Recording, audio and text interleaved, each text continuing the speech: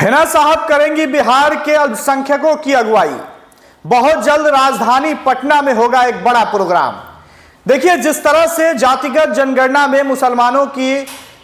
आबादी को दिखाया गया है, यानी 18% की आबादी मुसलमानों की दिखाई गई है, उस हिसाब से मुसलमानों को अधिकार नहीं दिया जाता है, वो राजनीति हो या फिर अन्य किसी भी फील्ड में। देखिए, ऑल इंडिया मुस्लिम बेदारी कारवा के राष्ट्रीय अध्यक्ष नजरे आलम ने प्रेस कॉन्फ्रेंस कर इसकी जानकारी दी है। उन्होंने कहा है कि देखिए, जिस तरह से मुसलमानों का एक बड़ा वोट बैंक जो है सेकुलर पार्टियां ले लेती हैं, लेकिन मुसलमानों को, अल्पसंख्यकों को उनका अधिकार नहीं मिलता है।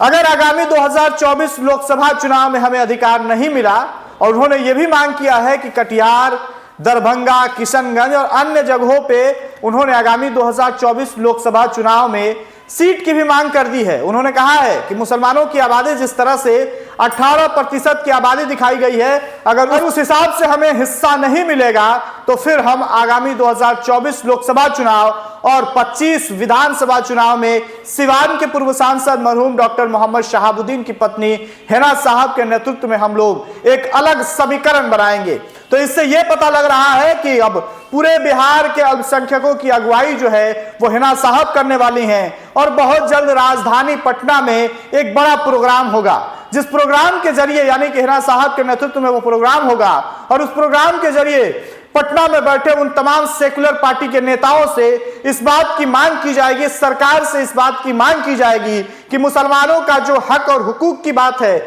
मुसलमानों की जिस तरह से आबादी दिखाई गई है 18% की आबादी पूरे बिहार में, तो उस हिसाब से अल्पसंख्यकों को, मुसलमानों को जो है उनका हिस्सा भी मिलना चाहिए, उन्हें हिस्सेदारी भी मिलनी चाहिए। अगर नहीं मिलती है हिस्सेदारी तो आगामी 2024 लोकसभा चुनाव में और 25 विधानसभा चुनाव में हिना साहब, यानी कि सिवान के पूर्व सांसद मरहूम डॉक्टर मोहम्मद शहाबुद्दीन की पत्नी हिना साहब और ओसामा साहब के नेतृत्व में पूरे बिहार में घूम करके और अल्पसंख्यकों को एकत्रित किया जाएगा, और उसके बाद जो है एक नई समीकरण बिहार में बन के तैयार होगी।